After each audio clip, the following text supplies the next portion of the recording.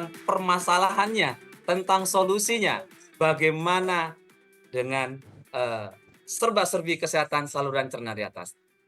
Oke Bapak dan Ibu, ya, kita panggil narasumber kita yang luar biasa, Dr. Meta Melvina dari Jakarta dengan angka yang terbaik 45, 45, 45 Bapak dan Ibu. Silakan Bapak dan Ibu. Halo, selamat sore. Sore Dokter Meta Melvina. Wow, luar biasa ya. Selalu dengan senyum kebahagiaannya nih kalau ketemu dengan Dokter Meta, dan saya nyaris lupa kalau hari ini saya sedang puasa, Dok. Oh, saya juga nih belajar senyum dari Pak Hanafi ya. Siap, siap Dokter Meta. Oke, Dok. Sore hari ini kita akan fokus pada permasalahan tentang kesehatan saluran cerna, khususnya di bagian atas ya, Dok. Tapi ngomong-ngomong memang saluran cerna ini dibagi berapa ya, Dok? Nah, untuk itu teman-teman ya, kita langsung fokus saja karena saya yakin materi hari ini ya cukup menarik, bahkan menurut saya sangat menarik karena saya yakin yang hadir sebagian besar sedang berpuasa. Dan kembali lagi saya katakan kepada teman-teman, saya yakin juga termasuk saya dan semua teman-teman pernah bermasalah dengan pencernaan. Oke, Dok, silakan, Dok. Ya, terima kasih banyak Pak Hanafi. Selamat sore. Assalamualaikum warahmatullahi wabarakatuh. Om Swastiastu, Waalaikumsalam. Namo Buddhaya, salam kebajikan. Ya. Nah, pada sore hari ini kita akan bincang-bincang nih menemani yang mau buka puasa ya. Semoga dengan acara Dokter Talk ini dari One More Academy itu puasanya jadi lebih cepat selesai ya. Karena kita sore ini berbincang mengenai saluran cerna gitu ya. Nah, kalau tadi Pak Hanafi bilang saluran cerna itu dibagi menjadi berapa sih? Sebetulnya ada yang membagi menjadi dua, saluran cerna bagian atas dan saluran cerna bagian bawah gitu ya. Tapi ada juga yang bagi menjadi tiga, saluran cerna bagian atas, tengah, bawah. Nah, kita biar gampang bagi bagi dua aja. Jadi saluran cerna bagian atas sama saluran cerna bagian bawah gitu. Nah, hari ini kita akan membahas topik mengenai saluran cerna bagian atas gitu. Jadi dari duodenum atau usus 12 jari ke atas di lambung, terus kemudian esofagus, terus kerongkongan. Ya, ngomong-ngomong di sini ada yang tahu nggak sih bedanya kerongkongan sama tenggorokan? Beda apa sama tuh kerongkongan sama tenggorokan? Ada yang nulis nggak di itu? Sama apa beda sih tenggorokan tuh yang mana, kerongkongan itu yang mana gitu? Belum tahu ya? Belum, Oke. Dok. Iya, saya nggak tahu. Oh, ternyata sama ini mungkin dianggapnya sama ya, kerongkongan, tenggorokan itu salurannya sama gitu ya. Ternyata itu berbeda, Bapak Ibu ya. Jadi kalau kita buka mulut ya, nah betul itu apa nih, Bu Wanti ya. Kalau kerongkongan itu kalau kita buka mulut itu yang lewatnya makanan ke belakang ya, itu adalah kerongkongan ya. Tapi kalau tenggorokan yang suka sakit nelen terus kemudian dia ke paru-paru gitu. Jadi cabangnya ke paru-paru. Nah, makanya kita nggak bisa sambil nelen sambil ngomong. Coba bisa nggak sambil nelen sambil ngomong? Bisa nggak? Nggak Nggak bisa kan? bisa. Nah, semuanya pada nyobain ya. Sambil nelen sambil ngomong itu nggak bisa ya. Karena apa? Di situ ada katupnya. Jadi entah yang terbukanya adalah katup ke arah makanan, ke saluran cerna, yaitu kerongkongan, atau yang terbukanya adalah saluran nafas. Nah, kalau lagi ngomong gini, itu yang terbukanya adalah saluran nafasnya, makanya suaranya keluar gitu ya. Jadi kita nggak bisa tuh sambil ngomong sambil nelen. Nah, kalau sambil ngomong sambil nelen, akhirnya yang ada jadi cegukan, benar nggak? Gitu ya, karena katupnya jadi bingung. Itu sebetulnya terjadi sehari-hari ya. Jadi kita itu kalau belajar tentang kesehatan gitu, tentang kedokteran segalanya itu logis dan mudah dan itu kejadian di kehidupan kita sehari-hari gitu ya. Oke, sekarang kita langsung mulai aja ya ke materinya ya. Saya coba share screen coba ya. Nah, sambil saya nunggu share screen ini, boleh diundang bagi teman-temannya atau saudara-saudaranya yang memang mau diundang ya, ini masih baru 77 orang nih. Ini kira-kira udah keluar belum Sudah, Dok. presentasinya? Sudah kelihatan, Dok. Sudah ya. Oke, kita membahas mengenai saluran cerna bagian atas. Nah, bentuknya itu seperti ini ya. Mulai dari makanan masuk ke mulut, itu kemudian makanan kita itu akan turun nih ke kerongkongan tadi ya. Nah, kerongkongan cuma lewat aja tuh, glok gitu, cuma lewat. Terus kemudian dia turun ke bawah melalui selang yang namanya esofagus. Ini kira-kira panjangnya 25 sampai 33 cm. Nah, kemudian dia akan masuk ke lambung gitu. Ya, di sini di lambung ini apa namanya makanan akan disimpan lama ya, kurang lebih dalam 2 jam itu akan turun ke usus 12 jari dan ke usus halus dan seterusnya berproses, kemudian akhirnya keluar dalam bentuk pup ya atau feses ya lewat anus ya. Nah, jadi ini adalah saluran cerna bagian atas. Saluran cerna bagian atas itu mulai dari atas ini sampai lambung, kemudian sampai duodenum. Nah, ini adalah saluran cerna bagian atas ya. Selanjutnya yang usus-ususan itu adalah saluran cerna bagian bawah. Nah, liver, empedu, pankreas itu sebenarnya termasuk salah satu saluran cerna juga gitu, organ. Cuman makanannya memang nggak lewat di situ, cuman ada zat-zat yang dikeluarkan oleh liver, dikeluarkan oleh empedu gitu ya, untuk mencerna makanan yang kita makan gitu. Tapi kita walaupun liver itu sebetulnya masuk ke bahasan saluran cerna bagian atas, nah tapi kita nggak bahas dulu di sini ya di hari ini. Nanti kita bahas di topik selanjutnya. Entah yang kedua atau yang ketiga ya, mungkin yang ketiga kali. Habis dari sini minggu depan kita usus-usus dulu gitu ya, nanti baru setelah itu liver, karena rekomendasi produknya itu akan berbeda gitu. Karena untuk sakit liver, untuk sakit empedu itu kan beda sama yang apa kita bilang tuh hollow viscus, jadi apa namanya organ berongga gitu ya. Kalau kayak esofagus ya yang tadi ini selang ini, terus kemudian lambung itu kan dia kan organ berongga ya, kayak pipa gitu ya, tempat jalannya makanan sampai ke bawah. Nah, itu akan sedikit berbeda dengan liver, empedu, dan pankreas gitu ya. Oke. Nah, kalau kita lihat batas antara organ yang di atas saluran cerna nih ya, nih di atas di rongga dada kita dengan rongga perut kita, itu sebetulnya nggak jadi satu ya Bapak Ibu ya. Jadi antara rongga dada sama rongga perut itu ada satu lapisan otot. Otot ini kuat sekali yang namanya sebetulnya diafragma. Makanya jantung kita dan paru-paru kita itu terpisah dari rongga perut gitu ya. Nah, rongga perut sendiri ada pembungkusnya sendiri, jadi kayak balon gitu, ada peritoneum, ada lapisan pembungkusnya sendiri ya, selain otot dan sebagainya ya. Jadi itu berlapis-lapis. Nah, cuman yang perlu diperhatikan, coba dilihat gambar ini baik-baik. Ini kiri kanan, ini paru-paru ya, kiri kanan, ini paru-paru. Kemudian ini lambung. Nah, yang ini yang kayak gambar sepatu nih, kayak sepatu boot nih bentuknya. Ini adalah gambar jantung ya. Nah, kalau kita sakit di daerah sebelah kiri dekat ulu hati, ini kan ulu hati kita di sini ya. Nah, dekat ulu hati ini makanya nyeri ulu hati itu bisa antara dua nih, apakah masalahnya di lambung, di saluran cerna, atau masalahnya di jantung gitu. Kenapa kok bisa seperti itu? Atau rasanya kayak ditonjok ya, kayak nonjok banget sakitnya gitu ya. Tapi itu nonjok sakitnya juga sama tuh. Kadang-kadang bisa itu adalah diagnosanya lambung, bisa juga jantung. Tapi nggak bisa tuh kalau ada yang bilang ini mitos ya. Ada yang bilang bahwa sakit mah jangan dibiarin aja, nanti jadi kena serangan jantung, bener nggak tuh? Saya soalnya denger tuh dari pasien saya ngomong gitu dan nanya konfirmasi gitu kan. Enggak ya. Jadi kalau memang masalahnya lambung, ya akan jadi masalahnya di saluran cerna, nggak akan tiba-tiba jadi masalah jantung. Tapi kalau yang masalahnya daerah lambung ternyata sebetulnya itu bukan lambung, tapi itu adalah jantung gitu ya, itu akan tetap jadi sakit jantung, namanya serangan jantung gitu ya. Nah, kenapa seperti itu ya? Karena letaknya mereka tuh dekat sekali, hanya dipisahkan dengan sebuah otot yang namanya diafragma, sebuah lapisan yang namanya diafragma gitu ya. Nah, diafragma ini naik turun kalau kita lagi bernapas ya, ambil nafas itu kan paru-parunya mengembang, akhirnya diafragmanya turun gitu. Jadi yang dia turun ke bawah gitu ya. Tapi kalau kita lagi buang nafas, paru-parunya menyempit, diafragmanya naik ke atas gitu ya. Oke. Jadi sekarang paham ya mengenai letak saluran cerna yang ada di perut dan organ-organ yang ada di rongga dada ya. Oke, nah ini kita singkirkan rongga dada, kemudian kita akan melihat di sini ada liver, yang kuning ini adalah empedu ya. Nah, ini empedu sama liver ini nanti ada saluran nih yang memang memberikan apa ada zat-zat yang digunakan untuk mencerna makanan juga gitu.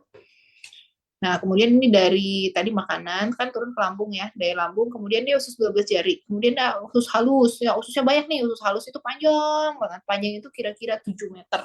Wah, jadi kalau usus kita dibentangkan gitu ya, panjangnya itu 7 meter ya.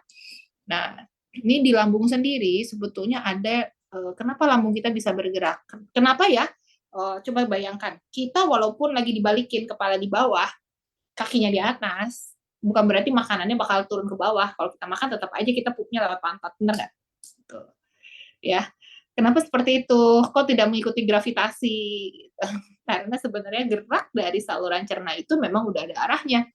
Jadi setiap ototnya itu bergeraknya simultan gitu ya, kayak diperas terus dari atas makin lama makin ke bawah makin ke anus gitu ya. Jadi gerakannya seperti itu. Nah, kalau gerakannya tidak normal ya, gerakannya tidak simultan memeras gitu, kayak kita meres susu sapi gitu kan, kan nggak akan bisa keluar kalau kita meresnya asal ya.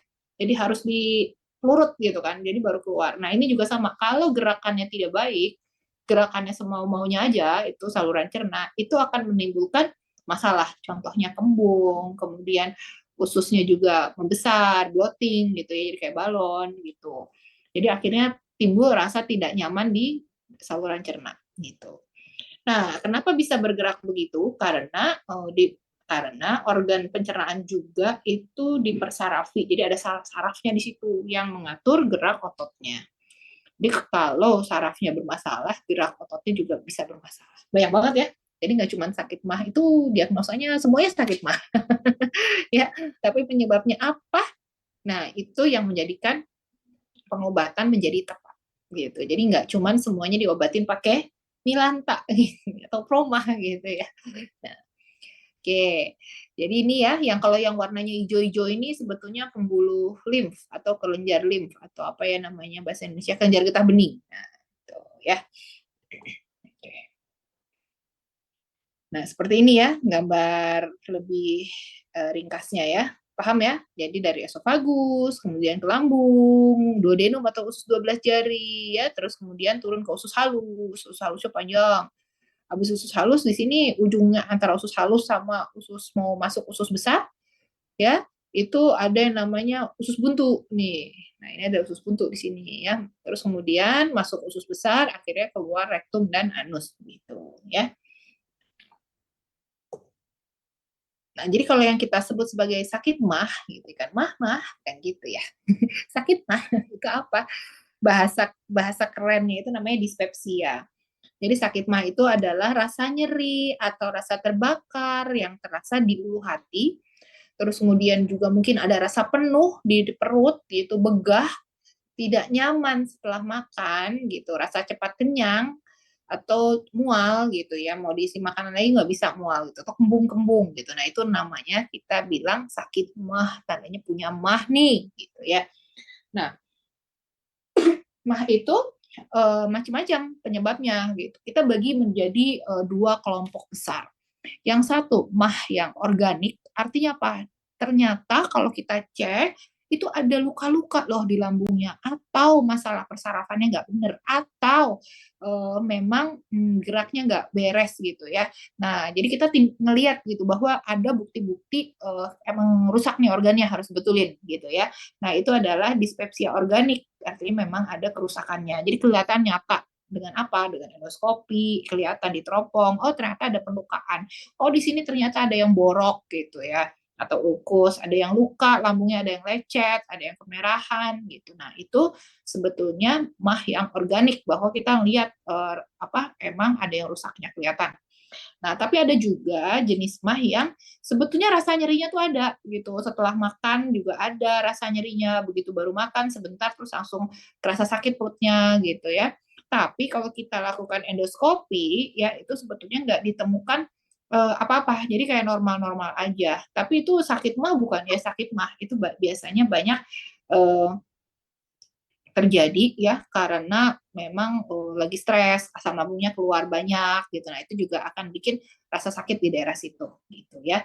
Oke, nanti jadi kriteria sakit mah itu macam-macam ya. Maksudnya klasifikasinya itu macam-macam. Penyebabnya macam-macam. Makanya kadang-kadang diobatin itu suka susah sembuhnya, nggak cuma makan obat mah terus sembuh gitu ya, tuh udah sembuh balik lagi bolak-balik ke dokter terus gitu, betul nggak? Yang punya sakit mah nih, berapa yang sering bolak-balik ke dokter, sakit mah lagi gitu ya, kok penyakitnya itu lagi gitu. Kenapa? Nah, karena mungkin penyebab dari sakit mahnya itu belum ketahuan secara tepat, makanya pengobatannya belum pas gitu, ya. Jadi harus tahu dulu penyebabnya apa, baru kita bisa obatin dengan tepat ya. Nah, ternyata memang yang orang yang punya sakit mah itu banyak Pak Hanafi, seperti yang tadi Pak Hanafi bilang. Semua di sini jangan-jangan udah pernah rasain ya namanya sakit mah itu seperti apa. Karena sebetulnya dari populasi dunia itu 10 sampai 45% orang sudah pernah merasakan keluhan mah itu gitu ya. Nah, kebanyakan dari mereka itu kronik atau berulang. Jadi bukan cuma baru satu kali nih ngerasa sakit lambung itu gitu ya. Dan sepertiga dari orang yang sakit mah itu adalah dispepsia organik, di mana ditemukan kelainan memang di lambungnya atau di saluran cernanya itu memang ada kelainan. Jadi harus diberesin, dan ngeberesinnya itu bukan hal yang mudah gitu, karena nanti udah sembuh, oh ternyata ada faktor pencetus lagi, salah makan lagi, terus sakit mah lagi gitu ya. Ya, oke. Ini di sini kita belajar ya, ini mungkin agak terlihat rumit gitu, tapi sebenarnya nggak perlu dipusingin ya. Kan di sini juga soalnya ada tenaga medis juga ya, ada dokter juga, ada bidan, ada perawat, ada apoteker juga ya, saya tahu ya. Nah, jadi mungkin ini akan lebih bagus gitu kalau saya tampilkan juga supaya teman-teman tenaga medis ini juga bisa refresh lagi ya, pengetahuannya mengenai sakit mah, yang kadang-kadang kita pikir cuman ya sakit mah diobatin aja omeprazol gitu doang. Nah, ini sebenarnya kita harus mencari penyebabnya itu apa dan dia termasuk yang mana itu ya. Jadi kalau nemu orang sakit mah ini kita harus cari red flags atau tanda alarmnya nih. Oh, nah ini tanda alarm dari sakit mah. Jadi kalau ada sakit mah dengan gejala-gejala seperti ini, itu jangan dibiarin gitu aja atau udah ini mah biasa gitu terus selesai gitu. Jangan ya, tapi harus dicari detail dengan endoskopi, dengan pemeriksaan lain yang lebih lanjut, dengan urea breath test gitu ya. Apa sih alarm sign atau kita harus waspada ini bukan sakit mah biasa loh. Kalau pertama ya, sakit mah ini rasa-rasa seperti tadi tuh nggak enak perutnya itu terjadi pada orang di atas usia 55 tahun ya.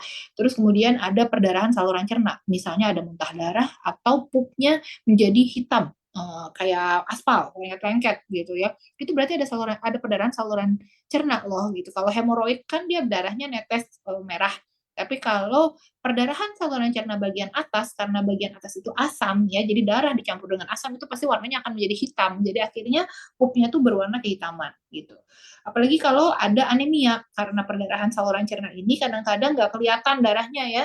Nah, darahnya jadi satu sama feses gitu. Tiba-tiba kok anemia terus, kok pucat-pucat gitu. Nah, itu jangan dibiarkan. Terus rasa cepat kenyang atau penuh atau nggak bisa makan gitu. Jadi ada sulit menelan atau nyeri saat menelan. Itu juga red flag. Penurunan berat badan lebih dari 10%, terus muntahnya berulang bolak-balik muntah gitu. Terus ada pembesaran kelenjar getah bening, entah di selangkangan, entah di leher, entah di mana gitu ya. Nah, itu juga harus hati-hati. Terus kemudian ada riwayat keluarganya nih, bukan pasien yang tanya, riwayat keluarganya pernah ada nggak di keluarga ya ada sakit kanker di saluran cerna gitu ya. Itu juga harus berarti pasien itu adalah pasien yang mungkin punya predisposisi atau kecenderungan genetik punya kanker atau diturunkan nih bakat kankernya itu bisa ya. Nah, atau pas lagi diraba perutnya jangan-jangan ada yang benjol atau ini perutnya gemuknya bukan gemuk biasa, bukan gemuk lemak tapi gemuk ada isinya, ada benjolannya di dalam gitu ya. Nah, itu juga jangan dibiarkan begitu saja. Karena ini juga cukup mengagetkan saya nih beberapa hari yang lalu saya punya rekan gitu ya, itu punya anak umur 23 tahun loh gitu, masih muda banget gitu, nggak ada gejala apa-apa, tahu-tahu muntah gitu ya, nggak bisa makan, muntah-muntah hebat, terus perutnya melilit, tahu-tahu ketemu ada cancer, itu kan jadinya nggak bisa dianggap seperti sakit mah biasa gitu ya. Terus operasi ya pasca kolostomi gitu ya. Jadi Kalau ketemu gejala-gejala seperti ini harus dicari nih, jangan dianggap sakit mah biasa-biasa doang. Nah, kemudian pembagian dari sakit mah ini seperti yang tadi disebutkan, ada yang memang ada kelainan secara organnya, ya organ saluran cernanya, atau ada juga yang fungsional, artinya tidak ditemukan kelainan. Nah, tidak ditemukan kelainan ini memang paling banyak nih, karena menyangkut 2/3 tuh dari orang yang sakit mah. Tapi bukan berarti nggak perlu diobatin, karena kan mengganggu hidup juga gitu ya. Nah, gejala-gejala mereka rata-rata seperti apa? Rata-rata gejalanya itu ini dibagi 2 jenis nih yang fungsional tuh. Ada yang postprandial distress syndrome ya, sama epigastric pain syndrome. Artinya dia kalau misalnya nih ada nih satu aja gejalanya dari 4 ini, itu tandanya udah masuk yang fungsional dispepsia ya. Jadi setelah makan berasa penuh ya, atau baru makan dikit udah kenyang kagak bisa masuk lagi gitu ya, itu postprandial distress syndrome. Terus kemudian epigastric pain syndrome ya, itu nyeri di daerah ulu hati atau terasa panas sensasi terbakar gitu ya di daerah ulu hati gitu ya. Kalau ini udah berjalan berkali-kali, udah gitu berlangsung selama 3 bulan ya, itu mungkin sudah masuk fungsional dispepsia yang kronik, atau artinya udah berlangsung lama gitu ya. Terus kalau yang fungsional tadi ya, karena ini yang terjadi apa sih? Yang terjadi itu sebetulnya di dalam saluran cernanya itu terjadi hipersensitif atau terlalu sensitif. Hipersensitif itu terlalu sensitif ya. Makan salah sedikit, salah gitu. Terus nih makan cabai nih, capsaicin, makan cabai sedikit, langsung gak enak perut gitu. Terus banyak gas di dalam perutnya ya. Terus makan lemak sedikit juga masalah. Terus terjadi lambungnya itu distensi atau menggembung. Jadi terlalu bengkak lambungnya, jadi penuh dengan udara gitu. Itu kan rasanya pasti nggak enak ya. Nah, kembung-kembung terus. Nah, terus kemudian ada juga masalah orangnya itu kalau kita tanya ya, mungkin ada masalah banyak pikiran juga ada gitu ya. Banyak khawatir gitu. Nah, itu di sini ada anticipation, maksudnya itu juga ansietas ya. Nah, banyak khawatir, banyak mikir gitu. Itu asam lambung juga akan terinduce lebih banyak gitu ya. Jadi bisa terjadi sakit lambung atau sakit mah. Nah, ini harus kita cari nih. Jadi bukan berarti ini semua terjadi pada satu orang, belum tentu. Kadang-kadang satu orang ini terjadi beberapa masalah, tapi kadang-kadang ada yang enggak. Jadi orang mah tuh beda-beda. Ada yang makan sambal nggak apa-apa, ada yang makan kopi masalah, ada yang masalahnya kalau makan buah nangka, ya kan? Ada yang masalahnya kalau stres gitu baru muncul sakit mahnya, banyak mikir. Nah, gitu. Jadi penyebabnya beda-beda. Jadi penyembuhannya juga sebetulnya beda-beda gitu ya. Jadi kita harus treat itu pasiennya berdasarkan penyebabnya itu apa. Jadi harus cari dikupas seperti kupas bawang ya, dicari satu-satu faktor resikonya kenapa ya. Nah, kemudian ada juga masalah lambung yang terjadi karena yang tadi saya bilang gerak dari saluran cernanya itu nggak teratur dengan baik gitu. Terjadi perlambatan gerak saluran cerna ya. Jadi makannya itu terlalu lama berada di saluran cerna. Akhirnya membuat menjadi saluran cerna itu penuh dengan makanan, penuh dengan gas ya. Karena kan habis termetabolisme itu menghasilkan gas ya. Nah, terpenuh dengan gas, nggak bisa keluar gasnya, ya itu jadi masalah juga. Kalau saluran cernanya nggak ritmis, harusnya kan kebuang lewat kentut gitu ya. Nah, tapi ini nggak kebuang gitu. Akhirnya penuh di situ gasnya, itu menimbulkan rasa sakit juga karena terlalu distensi atau terlalu regang gitu ya. Oke. Nah, ini jadi distensi ya di sini. Nah, ini faktor resikonya apa aja? Bisa ada lifestyle, ada makanan, atau yang lain. Ini yang specific food, contohnya apa sih yang sangat spesifik? Makan makanan berlemak, makan makanan yang asam, makan makanan yang pedas, ya, atau terlalu banyak karbohidrat juga itu bisa menyebabkan sakit mah ya, atau terlalu high fiber. Jadi makan serat yang terlalu berserat gitu. Kalau perutnya kaget, belum biasa makan serat, terus kemudian dikasih makanan berserat terus gitu ya. Dari awal nggak terbiasa, pelan-pelan berisik banget. Itu juga bisa. Ini suara saya berisik nggak di sini? Aman dok, aman. Aman ya? Oh, oke oke. Kalau berisik kabarin ya, soalnya di depan pintu saya kayaknya agak-agak berisik gitu. Nah, jadi kalau terlalu banyak serat, nah perutnya masih kaget, itu juga akan menyebabkan gas yang berlebih di dalam saluran cerna gitu ya. Terus kalau jumlah makanan kebanyakan ya itu juga bisa menyebabkan distensi gitu ya. Atau komposisi dari makanan, misalnya nggak biasa makan susu, taunya minum susu gitu. Bagi beberapa orang ada yang namanya intoleransi laktos. Sebetulnya orang Indonesia tuh banyak loh kejadian tidak bisa mencerna laktos, tapi terus minum susu ya akhirnya terjadi intoleransi laktos, gasnya juga berlebih. Terus itu selain itu intoleransi laktos tuh panjang tuh ceritanya, bisa ada kebocoran-kebocoran apa namanya neurotransmitter sebetulnya bisa masalah ke otak gitu ya karena antara saluran cerna kita dengan saluran otak itu sebetulnya nyambung nanti kita cerita habis ini ya. Nah, lifestyle faktor yang menyebabkan orang terkena sakit mah itu ada stres, cemas, merokok, minum kopi, alkohol, berat badan berlebih, atau terlalu olahraga berlebih. Ya, ini semua berdasarkan jurnal ya.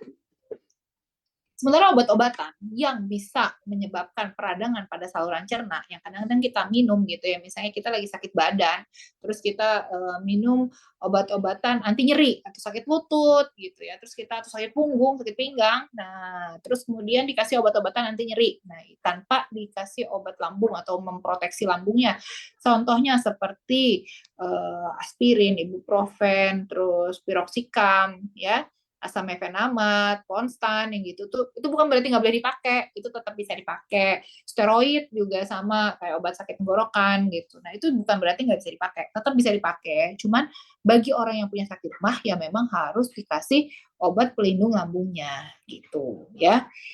Beberapa antibiotik juga sama, ada yang bikin lambung menjadi terlalu sensitif gitu, jadinya nggak enak lambung gitu. Jadi harus dikasih pelindung lambungnya ya.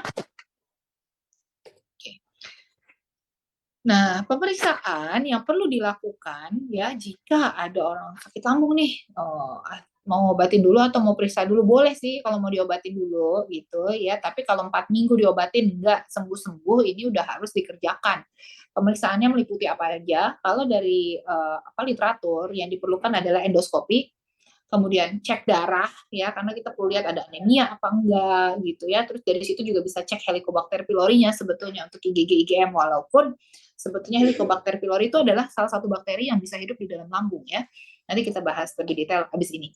Nah, terus cek juga pupnya dicek ya, tinjanya dicek gitu apakah mengandung darah apa enggak di dalam situ. Ada perdarahan saluran cerna atau enggak ya.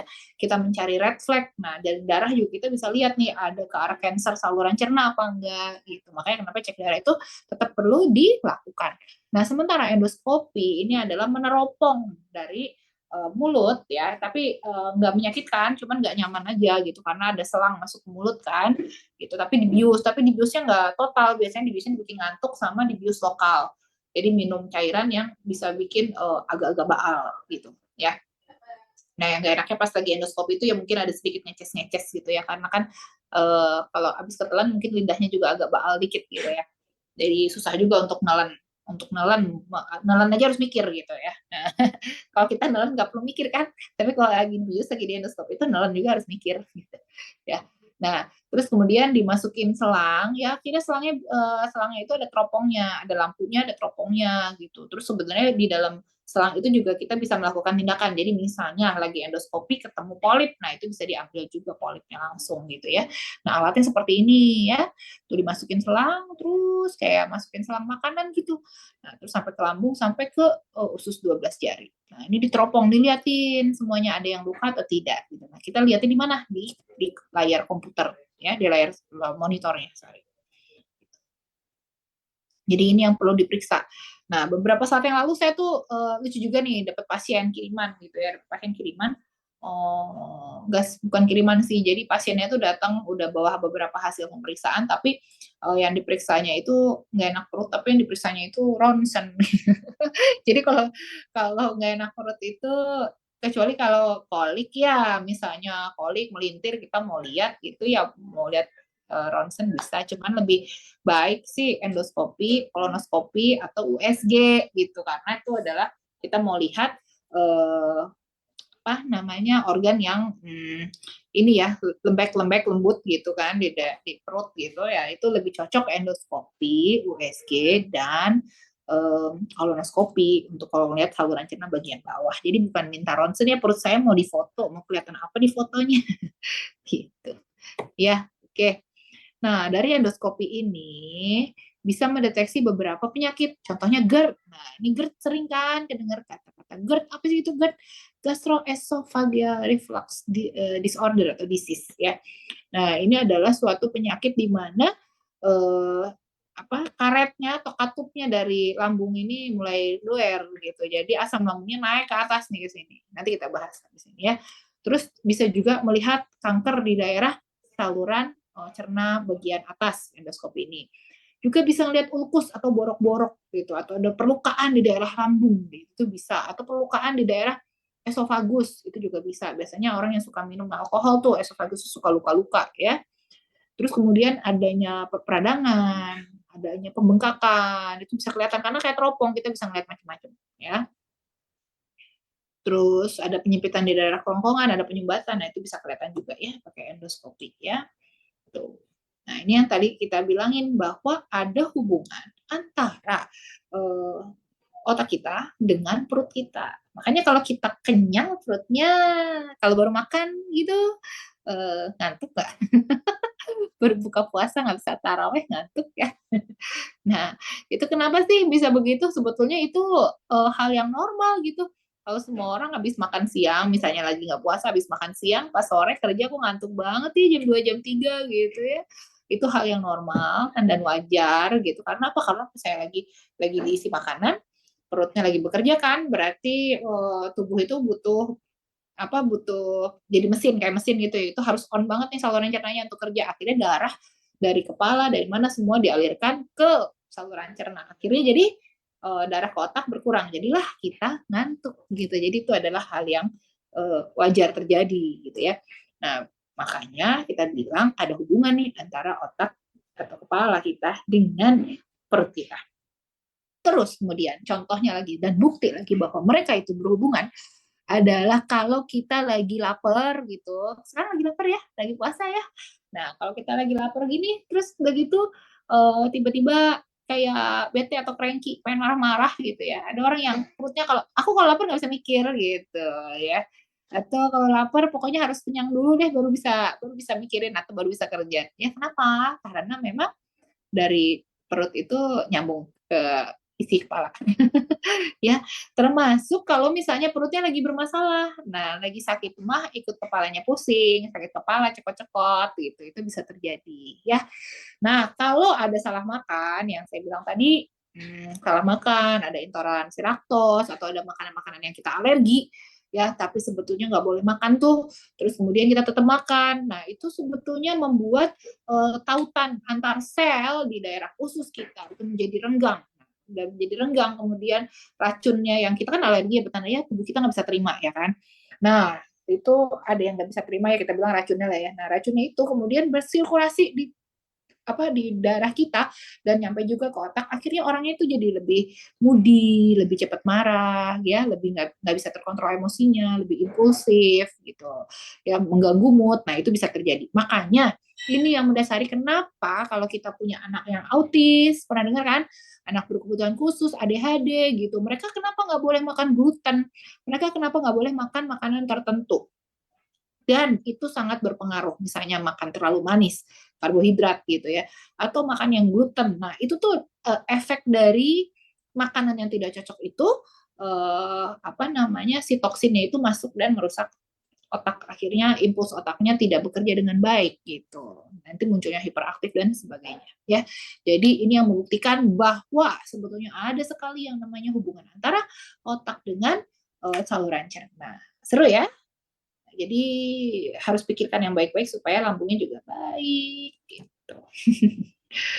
Nah, ini mekanisme dari jurnal lain yang mengatakan memang ada faktor psikis kita ya, psikososial kita ngaruh ke perut kita gitu. Itu ada sistem persarafannya juga. Ya, ini juga salah satunya yang membuat saluran cerna jalannya tidak ritmis, tidak ini ya, tidak baik gitu gerakannya. Nah, itu juga ada faktor psikisnya juga. Karena apa? Dari faktor psikis itu kan otak ya, otak itu kan kumpulan dari saraf-saraf ya. Itu saraf kan turun, ada saraf otonom. Saraf otonom itu adalah saraf yang tidak kita sadari. Contohnya jantung kita berdegup terus. Itu kan kenapa dia bisa gerak, karena ada eh, apa? Karena dia ada otot, tapi otot digerakin dengan siapa? Siapa yang nyuruh otot supaya bergerak? Ada persarafannya. Persarafannya disuruh sama siapa? Oleh sistem saraf otonom, memang saraf yang tidak kita sadari. Nah, kalau nafas itu ada yang disadari dan ada yang tidak disadari. Jadi double kalau itu. Ada yang kita sadari, tapi kalau kita lagi nggak mikir juga kita tetap napas kan, gitu. Atau kita disuruh napas dalam gitu, bisa ya kan? Karena itu sistem saraf yang bisa kita sadari, namanya bukan yang otonom, tapi yang otonom itu yang tidak kita sadari. Contohnya ya emang kita kayak berkedip itu juga sama, dua, ada yang otonomnya sama ada yang bukan otonom ya, karena kita disuruh kedip, disuruh mikir, kedip-kedip bisa, tapi kalau enggak pun kita memang akan berkedip dengan sendirinya, ya kan. Nah, itu jadi kumpulan dari sistem saraf. Begitu juga saluran cerna kita bisa bergerak karena ada sistem sarafnya. Nah, begitu sistem sarafnya terganggu ya, itu gerakannya juga akan terganggu, jadi terjadi gastric dysrhythmia. Dysrhythmia itu jadi tidak ritmis gerakannya, akhirnya apa ya, kembungnya di mana-mana gitu ya. Nah, termasuk tadi delay gastric emptying, jadi lebih lambat pengosongan lambungnya, terlalu lambat gitu ya. Kadang-kadang kita buat diet itu memang butuh memperlambat pengosongan lambung supaya nggak cepat lapar. Tapi kalau terlalu lambat, itu akan menyebabkan kembung juga di daerah situ, karena nggak bisa keluar makanannya, nggak bisa keluar anginnya juga gitu ya. Ini yang sama sih sama yang tadi ya, cuman secara detailnya sel-selnya apa aja yang terlibat di dalamnya ini rasanya dibaca aja sama tenaga medis yang ada di sini dan nggak perlu dijelaskan di sini ya. Oke. Nah, kalau tadi kita membahas mengenai masalah dispepsia yang fungsional, artinya yang tidak ditemukan sebetulnya kalau kita endoskopi nggak temukan kelainan apa-apa. Nah, sekarang kita membicarakan mengenai yang apa organik. Jadi kalau di endoskopi itu emang kelainan gitu, ada kelainan namanya GERD, gastroesophageal reflux disorder, ya. Oke, ini adalah lambung yang normal, ini adalah lambung yang GERD. Pada lambung normal itu ada begitu makanan masuk itu diproses kan di lambung kan makanannya ya. Nah, keluar asam lambung, akhirnya kan dia diproses tuh makanannya hancur tuh kena asam lambungnya, karena asam lambung itu pH-nya asam banget ya. pH-nya itu antara 1 sampai 3, jadi lebih asam dari air lebih asam dari air aki, atau seasam air aki. Tapi hebatnya karena apa, lambung kita itu dilengkapi oleh proteksi ya dari yang di atas sudah melengkapi itu, makanya kita nggak langsung korosif, nggak kayak apa, kayak besi kena air aki gitu kan yang langsung jus habis gitu. Jadi makanya dijaga baik-baik. Kalau lapisan pelindungnya hilang ya akhirnya jadi uh, korosi juga, akhirnya lama-lama jadi ukus, lama-lama jadi borok gitu ya. Nah, pada orang yang GERD itu kenapa suka ada rasa panas di dada, sampai panas itu panas banget kayak terbakar gitu ya, atau dia sendawa keluar rasanya asam atau pahit di tenggorokan gitu. Kok yang keluar itu apa? Yang keluar itu adalah gastric juice atau namanya asam lambung campur makanan gitu ya. Kok bisa keluar? Ya karena dari sini ada satu sphincter atau ada satu katup yang harusnya katupnya tertutup gitu. Jadi begitu makan turun harusnya ketutup ya katupnya. Nah ini di sini cincin katupnya itu kayak kita karet rambut gitu. Karetnya itu di situ udah nggak nutup benar. Jadi begitu dia squeeze squeeze apa meremas-remas itu ada cairan yang naik ke atas nih kayak begini. Sphincternya kebuka terus dia nggak bisa benar-benar rapat. Akhirnya dia naik langsung dia sendawa gitu ya. Terus udah gitu sambil ikut cairan di dalam lambungnya naik ke atas. Nah, ini efeknya apa nih kalau kayak gini? Si esofagusnya itu akan menjadi luka-luka. Di sini kan ada esofagus yang panjangnya 30 sentian tuh ya. Nah, di sini akan luka-luka, terus kemudian kerongkongan juga luka. Makanya pada orang GERD suka ada batuk-batuk karena terangsang di daerah antara kerongkongan dan tenggorokan. Tuh kan dia naik tuh ke kerongkongan, terus kemudian atasnya tenggorokan ya. Nah, itu daerah situ jadi panas juga, akhirnya dia terindius batuk-batuk atau jadi kadang-kadang ada yang jadi asma gitu ya. Nah, itulah yang terjadi sebetulnya pada orang GERD ya. Jadi asam lambungnya naik ke kerongkongan gitu. Ya. Jadi ada reflux atau balik lagi ke atas, harusnya kan dia di bawah sini terus. Nah, kenapa sih orang bisa kena GERD? Pertama, dia biasa makan makanan porsi besar. Jadi yang di sini dietnya kayak ular, sekali makan makannya banyak tapi makannya jarang gitu ya. Nah, itu juga bisa mencetuskan GERD ya. Jadi pola makan itu harusnya tuh sering tapi sedikit-sedikit tapi sering.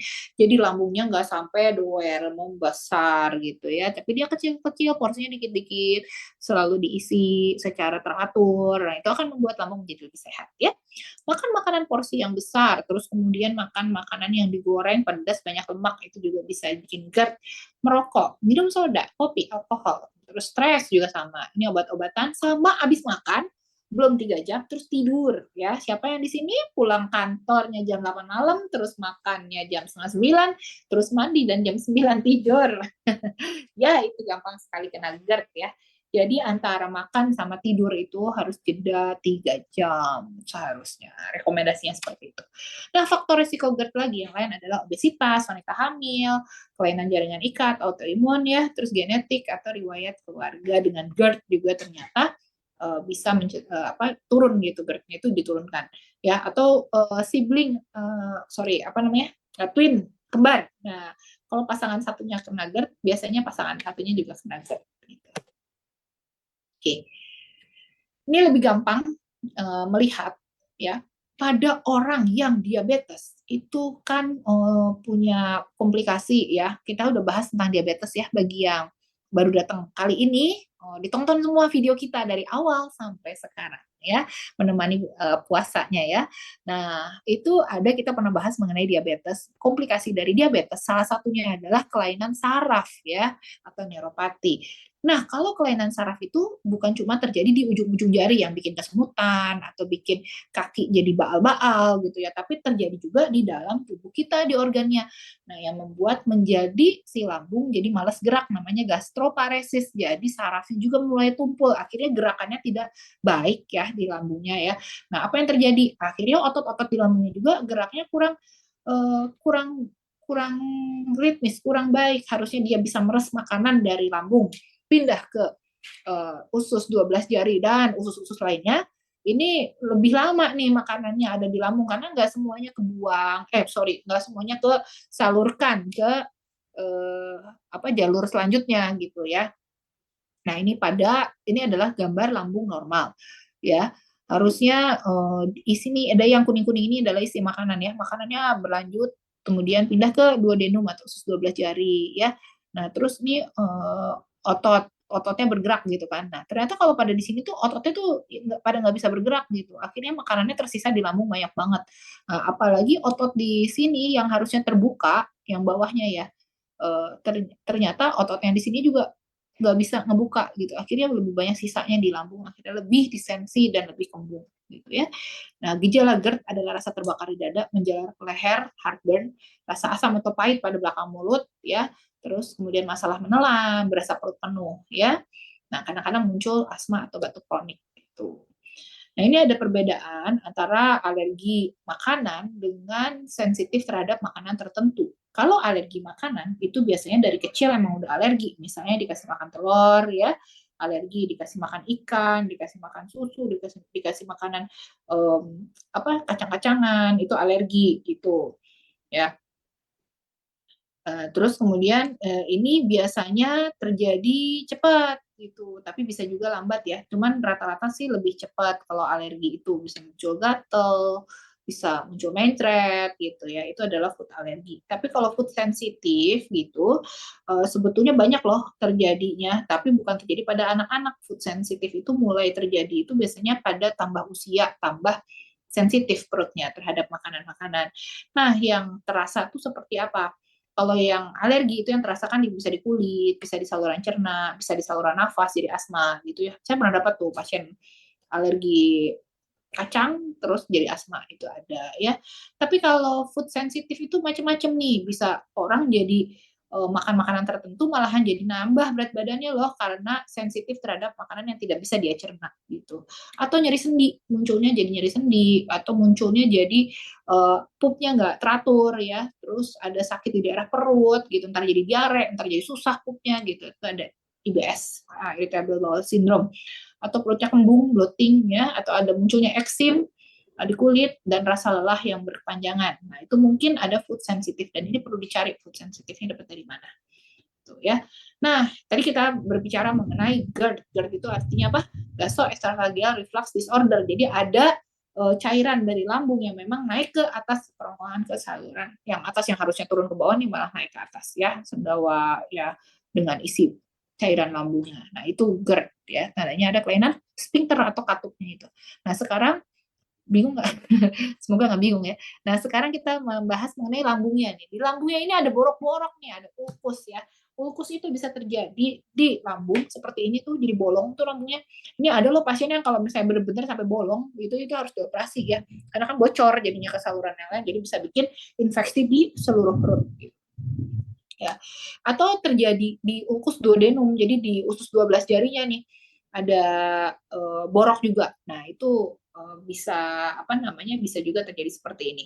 Nah, bedanya apa? Biasanya rasa sakitnya itu kapan? Nah, kalau misalnya 2 jam setelah makan baru muncul rasa sakit, itu kemungkinan duodenum, karena kan butuh waktu lebih panjang. Kan tadi saya bilang 2 jam di sini di lambung rata-rata 2 jam, kemudian dia pindah ke usus-usus lain gitu kan. Nah, kalau 2 jam baru sakit, itu kemungkinan dari duodenum ya. Ini biasanya ada pupnya itu ada warna hitam atau pendarahan di daerah saluran cerna. Itu bentuknya pupnya hitam gitu ya, warnanya gelap gitu pupnya gitu.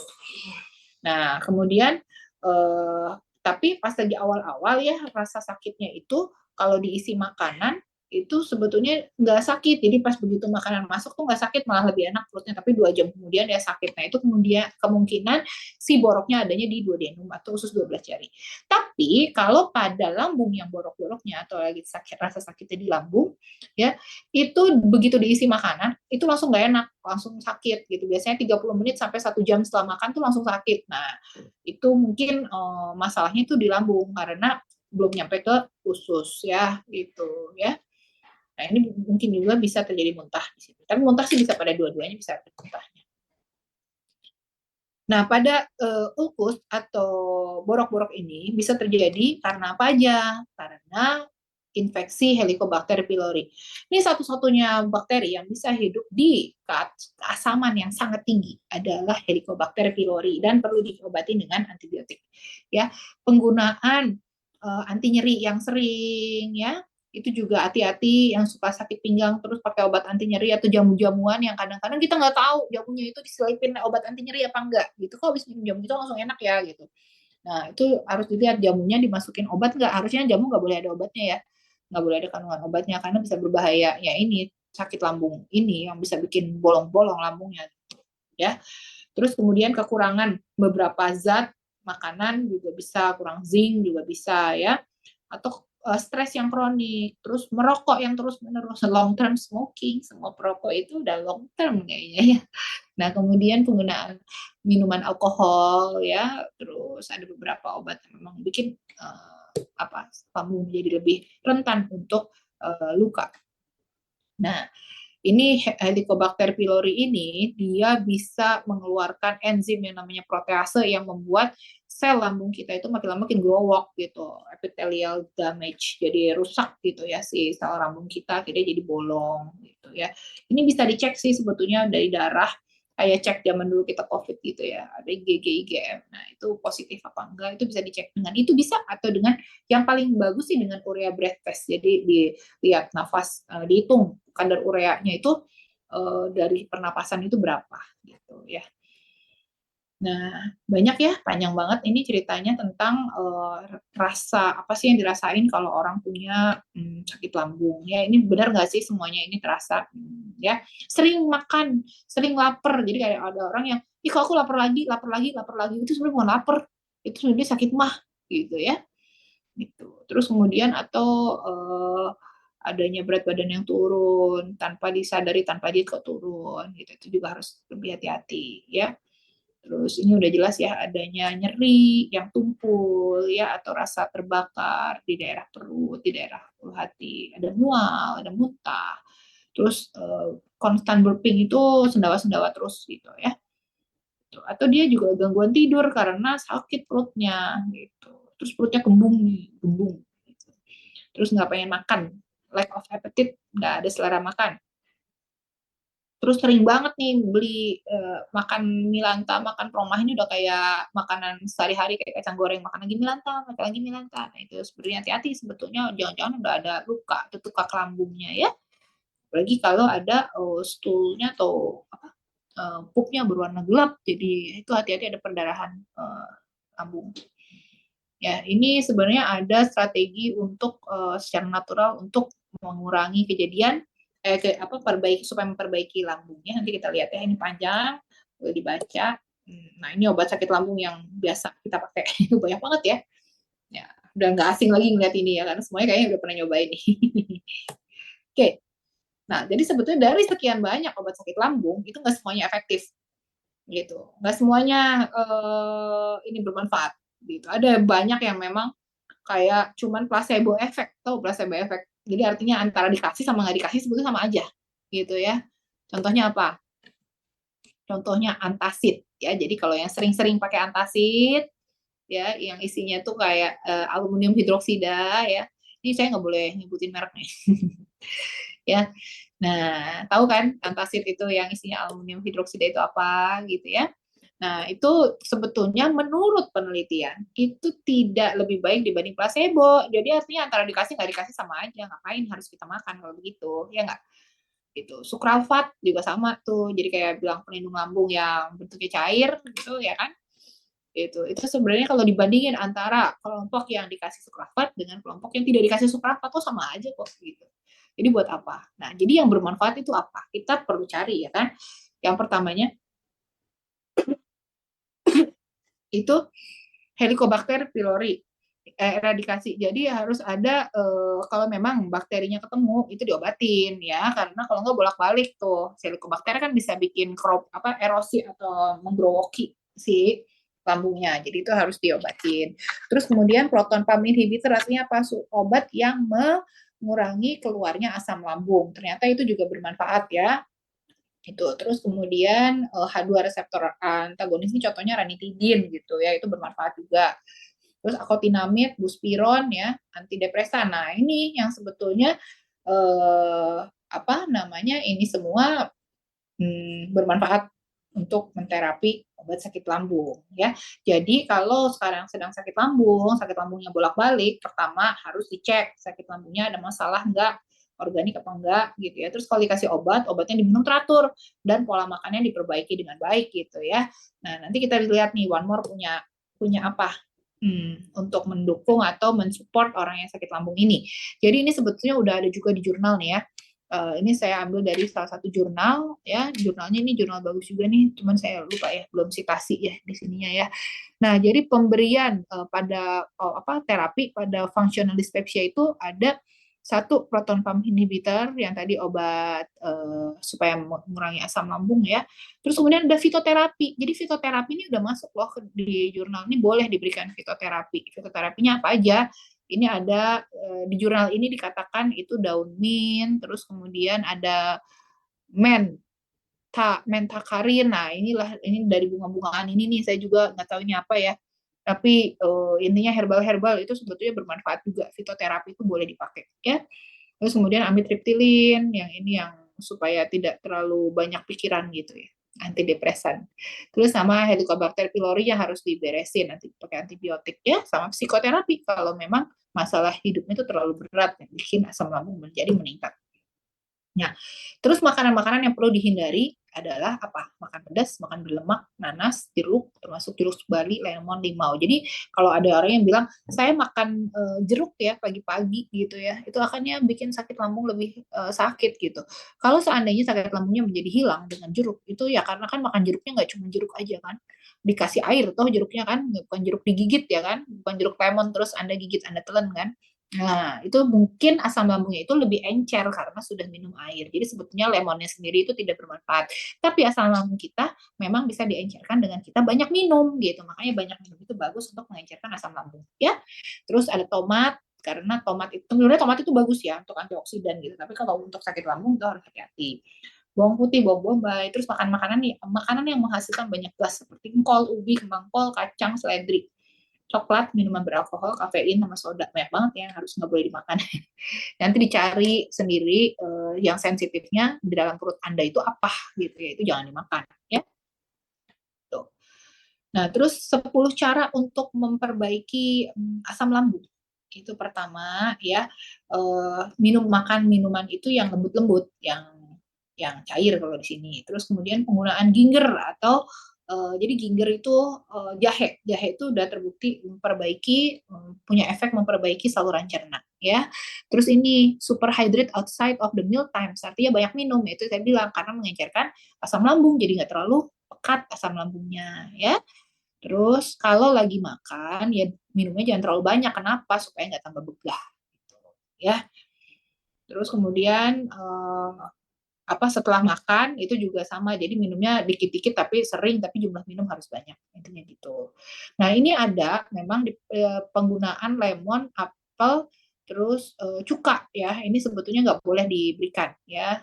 Terus nah, kalau protein boleh dikasih ya, banyak protein karena ini mengandung L-glutamin. L-glutamin di dalam protein itu bisa memperbaiki sel-sel lambung kita yang rusak ya.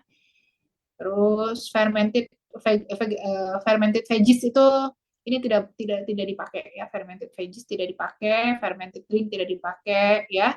Itu apa? Karena kalau yang difermentasi itu banyak mengandung ragi ya, gasnya juga banyak ya.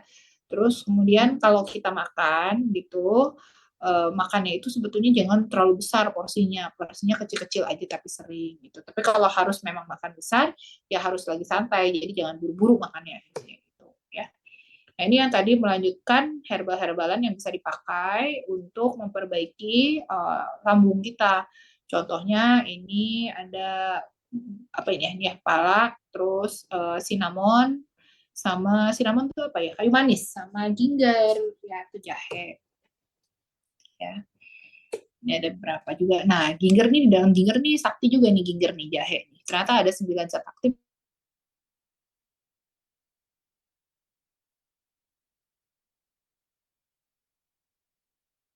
Oke teman-teman, ini Dokter Meta lagi nge-lag ini sepertinya. Halo dok. Halo, halo, halo, halo, halo, halo ya.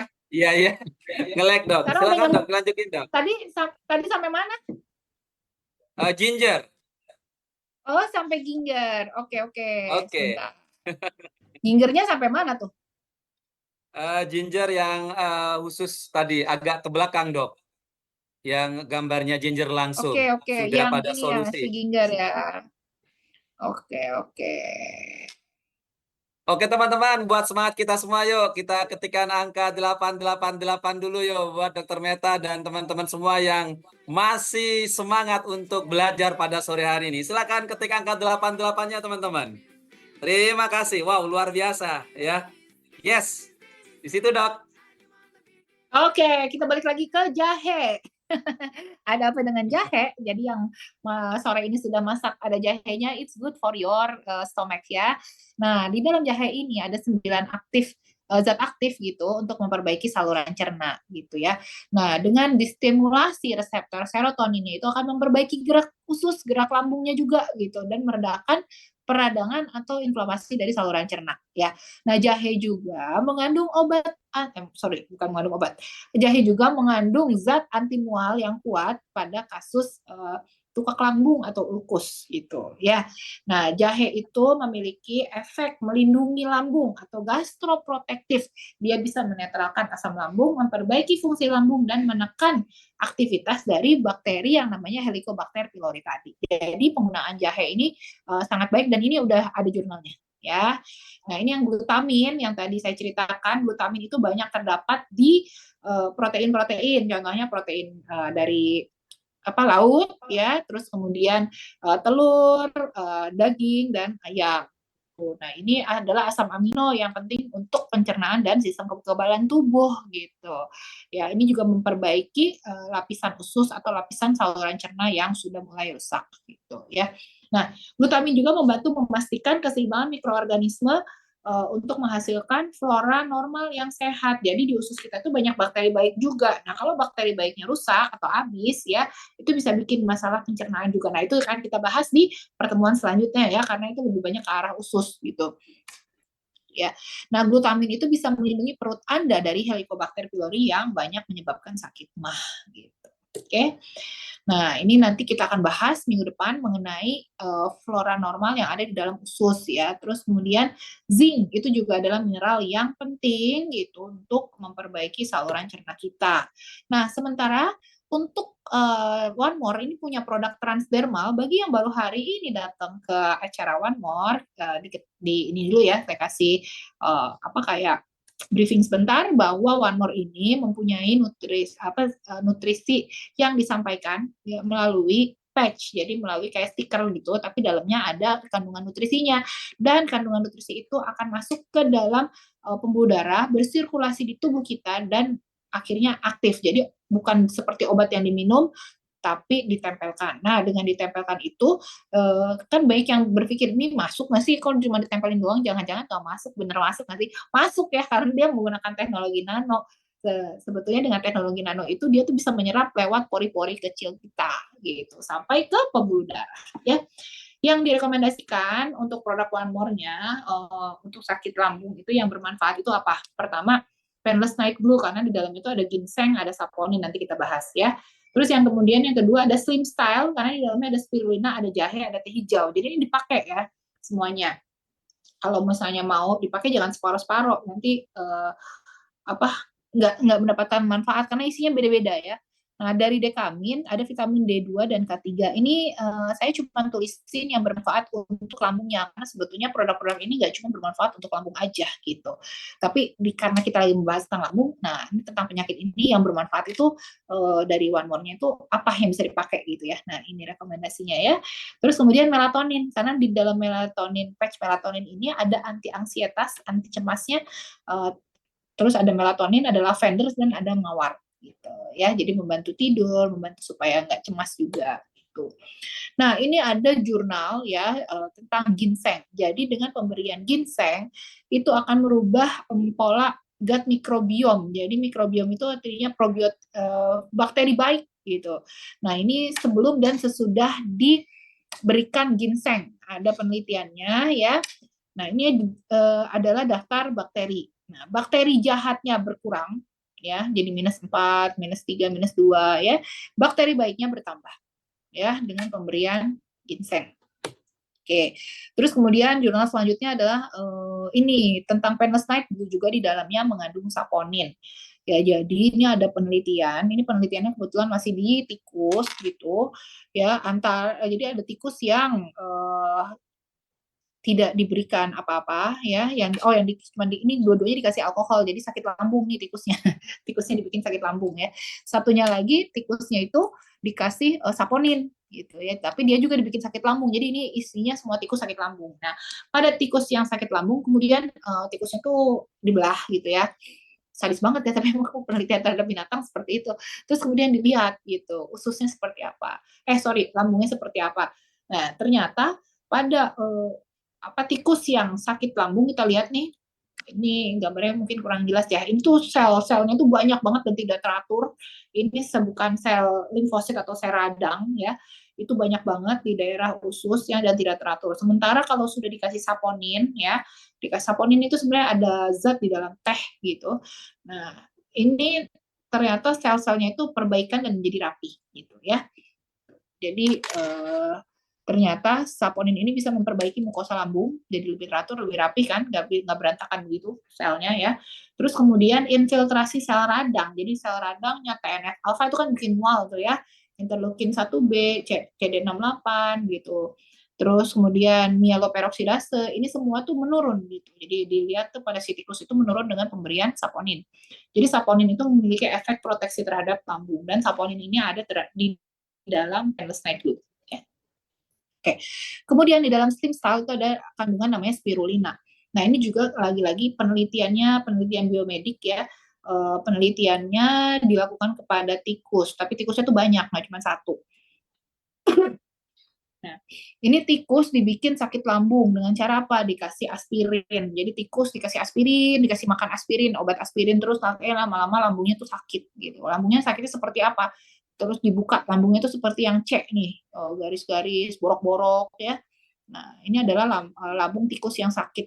Nah, dari lambung tikus yang sakit ini nggak cuma dilihat penampakannya aja, tapi diperiksa nih secara makroskopis tampaknya seperti apa ya. Memang ada apa indeks untuk bahwa ini adalah ada apa perlukaan di daerah lambung gitu. Terus kemudian secara mikroskopiknya juga dilihat. Terus dilihat juga zat-zat yang keluar atau sitokin yang keluar ya. Dilihat juga antioksidannya tuh ternyata turun sekali pada orang sorry bukan orang tikus ya, ini tikus yang memang dikasih aspirin jadi sakit lambung ya.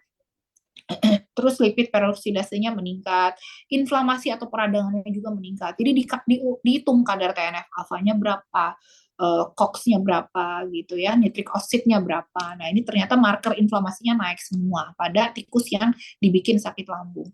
Nah, kemudian tikus yang kelompok tikus ini beberapa dikasih spirulina ya, dikasih spirulina setiap hari nih. Kemudian setelah 24 minggu itu diamati perbaikannya bagaimana. Ternyata baik loh gitu ya pada sehat. Nah, kalau yang A ini adalah negatif kontrol. Jadi artinya tikus ini sehat, nggak dikasih aspirin. Jadi tikus sehat tuh lambungnya seperti ini ya.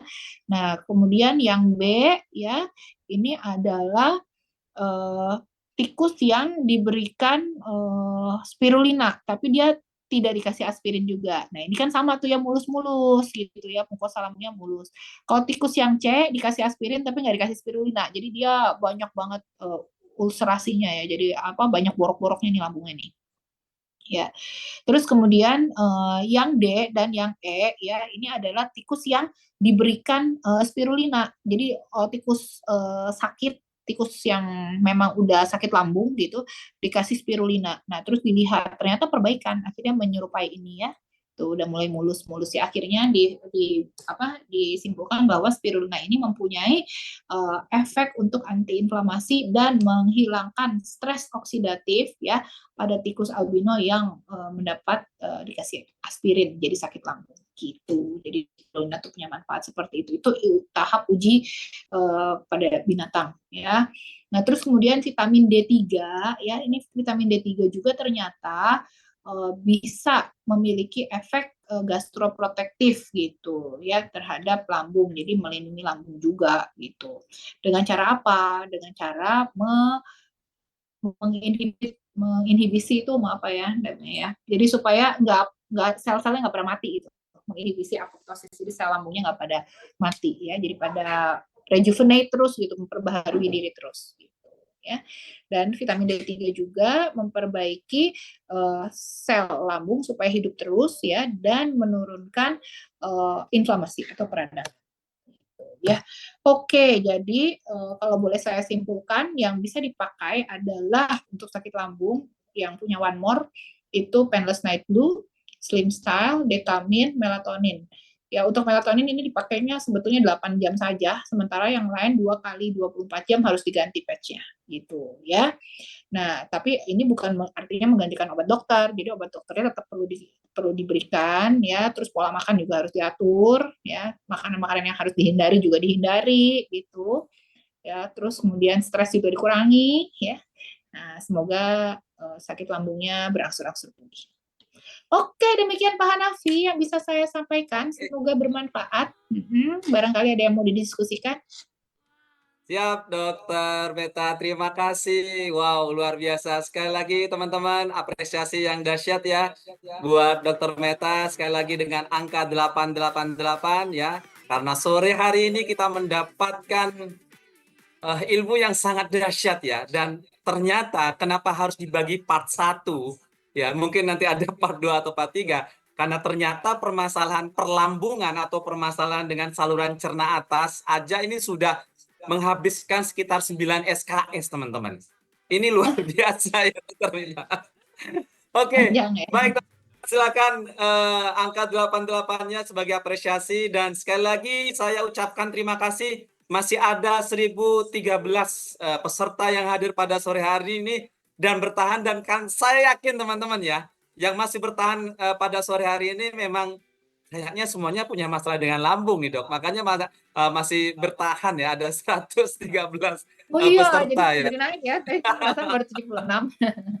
Iya. Oke, dan dokter saya langsung saja karena kebetulan ini saya tidak tahu apakah memang sangat tepat sekali materi yang disampaikan oleh dokter. Kebetulan sampai hari ini saya sedang recovery tentang permasalahan lambung. Karena beberapa hari yang lalu saya kena serangan lambung, dok.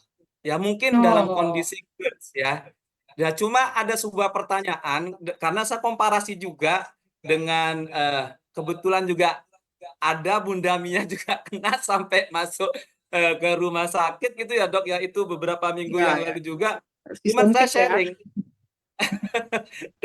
dan saya termasuk yang tidak ke rumah sakit dok, dan memang sekali lagi teman-teman dengan teknologi transdermal ini pertama memang tidak menggantikan obat, itu yang pertama harus digarisbawahi. Yang kedua ada sebuah harapan baru dok, termasuk saya yang biasanya mungkin langsung minum obat. Dengan teknologi transdermal ini memanfaatkan betul dok, saya memanfaatkan 4 PNG, kemudian ada Slim Style, kemudian ada Dekamin, kemudian ada melatonin. Dan itu Ya. meskipun saya sempat bertahan dengan kesakitan kurang lebih semalaman, tetapi paginya itu sudah normal kembali dok, dengan Oh 4 ya. produk tadi. Artinya Oke.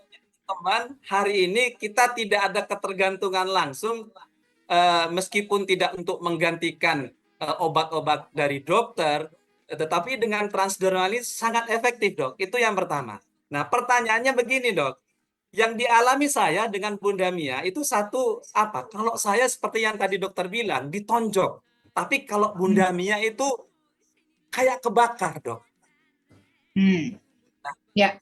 Ini pertanyaan dua hal ini, saya mulai dari saya dulu ini dok. Ini apa dok sebetulnya yang menjadi permasalahan? Kenapa kalau saya itu seperti dihantemin bener? Di ulu hati itu Nah, sakitnya minta ampun. kalau rasanya kayak ditonjok gitu ya, itu Ya, ini masih ngajar sebentar, masih ngajar. Ini kalau rasanya kayak ditonjok itu tandanya sebetulnya anginnya lagi distensi, jadi lagi banyak angin sekali oke. di dalam perutnya. Jadi kembung kalau perutnya itu bunyi kayak tung tung tung gitu. Ya, nah Ya, itu rasanya sakit. Jadi si lambungnya juga meregang. Nah, cuman kita nggak tahu ya, saya nggak tahu di situ bahwa Pak Hanafi ada kelainannya nggak? Maksudnya kalau kita endoskopi kelihatan ada masalahnya nggak, ada ulkusnya nggak? Itu kan nggak bisa kita kira-kira ya. Itu harus ya, dilihat ya. pakai endoskopi gitu ya. Yang jelas ada distensi atau peregangan di lambung itu bikin sakit. Nah, meregang itu bisa karena banyak angin, banyak udara di daerah situ, atau memang ada perlukaan di daerah situ. Jadi rasa sakitnya seperti itu. Tapi kalau yang ada sendawa asam dan ada cairannya naik ke atas gitu kayak geruk, terus kok asam pahit sampai ke sini, kayak ada cairan yang ikut. Nah, itu berarti saat itu si sphincternya ada GERD-nya. Jadi sphincternya longgar, jadi dari lambung asam lambungnya naik ke atas. Itu yang Bunda Mia ya, kayak gitu. Oke, baik dok. Yang kedua dok, saya juga mengalami itu pada saat kondisi seperti itu tuh tidak bisa kentut sama sekali dok. Iya, Itu karena ya, jadi nggak bisa kentut ya, anginnya trap di ya, dalam, kayak terperangkap di perut, iya terperangkap, iya terperangkap ya. seperti itu. Karena kan itu ada ya disregulasi itu tadi yang apa harusnya saluran cerna kita tuh ada geraknya kan, geraknya teratur. Nah, geraknya juga harusnya dari atas sampai ke bawah akhirnya kentut gitu kan atau terbuang dalam bentuk pup gitu. Tapi ternyata ini nggak bisa teratur nih geraknya. Nah, kalau geraknya tidak teratur, akhirnya ya trap di situ, terperangkap lah kentut di situ. Nah, caranya gimana? Kenapa orang bisa nggak teratur geraknya? Itu bisa dari pola makan, bisa dari jenis makanan, gitu. Makanya itu harus diperbaiki, gitu. Ya. Oke, siap. Kita kembali lagi dok dengan pertanyaan dari beberapa yang hadir ini dok. Yang pertama Ya, ini, dok kalau saya susah buang air besar, apa yang harus dilakukan? Apa ini juga termasuk juga permasalahan saluran cerna atas juga ya dok ya? Jadi dia susah buang air besar oke. dok. Bangga dok. Mengenai mengenai buang air besar itu nanti kita akan bahas lebih panjang di sesi selanjutnya ya, yang masalah usus karena buang Oke, air besar itu lebih lebih dekat masalahnya ke usus. Jadi nanti saya jawab minggu depan. Nggak terlalu siap. berhubungan dengan lambung, tapi orang yang sakit lambungnya parah itu juga bisa diare satu ya, bisa juga emang jadi sembelit gitu. Tapi nanti detailnya minggu depan ya. Jadi tonton minggu depan. Oke, lanjut. Ini saya nggak bisa Oke, terlalu panjang, kayaknya cuma bisa 10 menit lagi. Karena siap, habis siap ini dok. ada acara, Siap, jadi siap, kita siap. jawab secara cepat ya. Yuk, lanjut. Siap, siap, siap, siap. Gini dok, ini ada keluhan sakit lambung. Kemudian ini pakai Slim Style. Apakah Hmm. tidak menyebabkan penurunan BB? Karena Slim Oh iya, Style kan dipakai aku jadi untuk langsing diet, ya. dokter. Jadi nggak seperti itu banget Oke, sih. Jadi gini, di dalam slim style itu memang orang jadi lebih tahan, nggak, maksudnya nggak sering-sering lapar gitu. Tapi jadi bukan berarti dipasang slim style terus semua lemaknya langsung luntur terus langsung jadi kurus gitu. Enggak, makanya kelas fat to fit yang kita bikin bersama ini itu harus ada olahraganya. Karena nggak akan bisa juga dengan tempel slim style terus berat badannya langsung turun gitu aja. Ya, tapi slim style itu membantu supaya kalau kita olahraga itu pembakaran lemak lebih cepat gitu ya. Terus kemudian supaya bukan membuat menjadi lebih lambat nih pengosongan lambungnya, tapi membuat menjadi lebih teratur karena di dalam situ ada jahe sama ada ginger. Sorry, ada jahe, ginger tuh jahe, ada ginseng tuh, iya, ada teh hijau gitu ya. Nah, di oke. dalam situ jadi bukan berarti hanya menjadi lebih lambat pengosongan lambungnya, tapi menjadi lebih normal.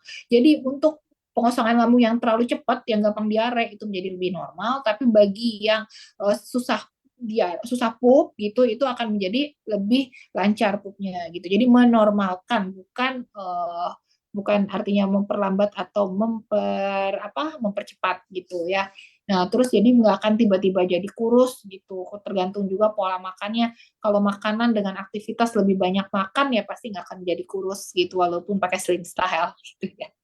Oke, oke.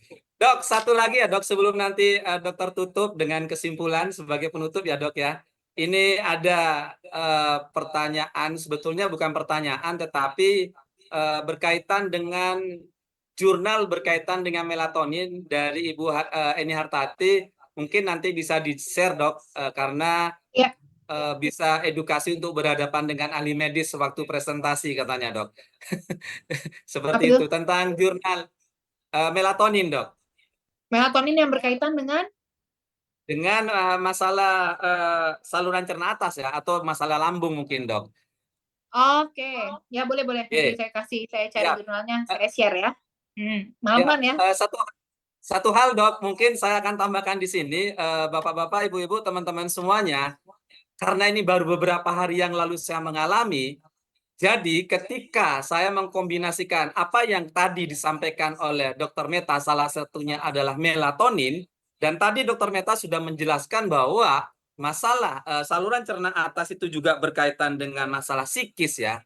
Yang saya rasakan itu dok, dengan menggunakan melatonin, setuju, 8 jam teman-teman, ya, per 8 jam diganti.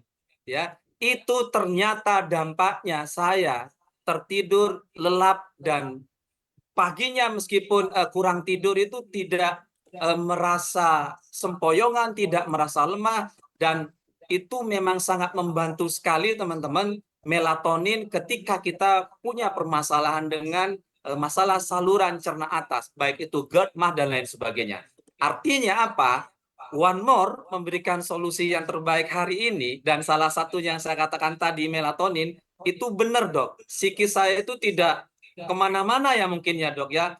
Artinya mungkin berpikirnya saya enjoy, saya santai, dan saya terlelap dok. Tidurnya enak ya. Mungkin itu yang bisa saya sampaikan teman-teman. Nah, sekali lagi terima kasih dok, dan saya akan serahkan kembali kepada dokter untuk memberikan simpulan terakhir, dan ini baru part 1 teman-teman. Saya yakin di part 2 ini akan lebih menarik lagi, dan sekali lagi undang sebanyak-banyaknya sehingga kita bisa mendapatkan ilmu yang terbaik khususnya tentang hari ini, tentang sore hari ini, tentang saluran cerna atas. Silakan dok untuk kita simpulkan, dan terima kasih Dokter Meta. Oke, ya terima kasih banyak Pak Hanafi yang hari ini sangat semangat banget ya, membuat saya juga menjadi sangat semangat di sore hari ini ya. Sebentar lagi mau buka puasa ya, jadi bentar lagi pelan-pelan buka puasanya, jangan terlalu terburu-buru, ingat, apalagi yang punya sakit mah ya, karena kalau terburu-buru makan makanan yang besar, langsung perutnya terdistensi dan langsung sakit lambungnya. Nah, selain dipakai, tadi rekomendasi dari apa namanya One More, kita punya transdermal patch ya, yang ternyata transdermal patch itu sebetulnya zatnya masuk loh sampai ke peredaran darah dan bekerja di seluruh tubuh. Jadi zat aktifnya itu juga masuk. Ini akan membantu meringankan gejala-gejala sakit mah. Selain juga obat-obatan dokternya juga jangan lupa dipakai ya. Obat-obatan yang tadi udah ada, yang lupa nanti minta catatannya lagi tadi ya. Slide saya boleh dibagikan kok ya. Jadi bisa dipakai untuk produk One More itu Painless Night Blue 1x1. Maksudnya pakai satu itu untuk maksimal 48 jam ya. Slim Style juga dipakai satu maksimal 48 jam. Dekamin ya, itu juga dipakai satu maksimal 48 jam. Dan melatonin itu satu dipakai 8 jam gitu ya. Yes. Cuman kalau pakai melatonin siang-siang hati-hati jadi ngantuk gitu ya. Ya, oke. Jadi itu yang bisa direkomendasikan. Pola makan juga harus teratur, jangan sampai pola makannya tidak teratur ya. Nah, saat bulan puasa ini sebenarnya bagus makan di saat sahur dan berbuka sore hari. Ya, itu udah teratur. Nah, pola seperti ini harusnya dijalankan juga dalam kehidupan sehari-hari saat kita tidak puasa. Jadi hanya ditambahkan pas makan siangnya ya. Jadi makan siang juga jangan terlambat 1 jam 2 jam, itu nggak baik. Jadi pola makan harus teratur. Kalau mau intermittent fasting itu boleh. Apalagi yang ada masalah tukak gitu, itu sebetulnya dibikin intermittent itu memperbaiki si lambung untuk menyembuhkan diri gitu. Tapi memang yang paling penting adalah makan yang teratur dan lihat makanan apa yang sangat sensitif untuk diri kita itu jangan dimakan lagi atau jangan dikonsumsi lagi gitu. Demikian sepertinya, semoga perbincangan kita sore ini bermanfaat untuk kita semua ya. Kurang dan lebihnya saya minta maaf, dan mungkin yang lebih itu berasal dari yang di atas, kalau yang kurang dari saya. Siap, Dokter Meta. Oke, terima kasih Dokter Meta, teman-teman. Acara sore hari ini, alhamdulillah ya, berakhir dengan senyum yang luar biasa, berakhir dengan bahagia, termasuk saya yang masih recovery dengan permasalahan lambung, tetapi saya tetap bahagia. Apalagi saya semakin yakin dengan solusi transdermal dari One More International bisa memberikan yang terbaik buat kita yang punya masalah dengan saluran cerna atas.